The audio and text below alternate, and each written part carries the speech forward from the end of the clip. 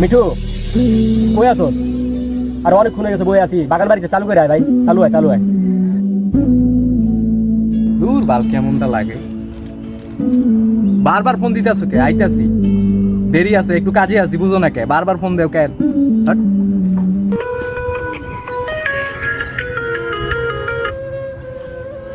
Hello doctor সাহেব, আপনি যতটুকু চেষ্টা করেন চালু করেন। ডাক্তার সাহেব আপনি অপারেশন শুরু করুন, আমি টাকা ব্যবস্থা করতেছি। আচ্ছা আমি টাকা নিয়েই আসতেছি, আপনি ব্যবস্থা করুন, চালু করুন। আচ্ছা আসে না কে এখনো?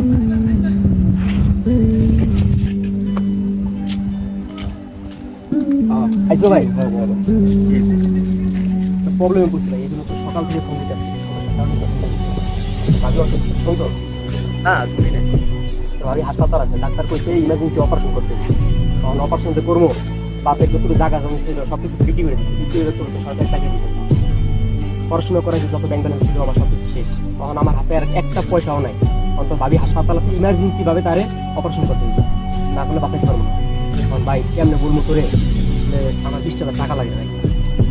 এমন সময় টাকা চাইছো, এই সময় তো মানুষের কাছে টাকা থাকলেও দিব না, বুঝছো? না দেখ ভাই, আমার সামনে ঈদ, সামনে রমজান ঈদ, বুঝছো? আমার শ্বশুর শাশুড়ি আছে, আমার বাপ মা, ইয়াদেরও তো দেখার লাগবে।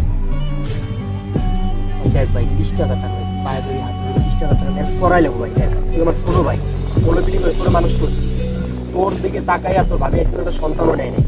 আমার শ্বশুর শাশুড়ি আছে, এদেরকে ঈদের জামা কাপড় কিনে দেওয়ার লাগে, মানে আমার তোর থেকে ইম্পর্টেন্ট বেশি। আচ্ছা ভাই, তাহলে করার কিছু নাই, না পারলে আর কি করার। ঠিক আছে ভাই, দেখি কি ব্যবস্থা করবো। এতক্ষণ কি বুঝলা? কিছুই বোঝো নাই। ভাই ঠাই বিপদের সময় কেউই নাই।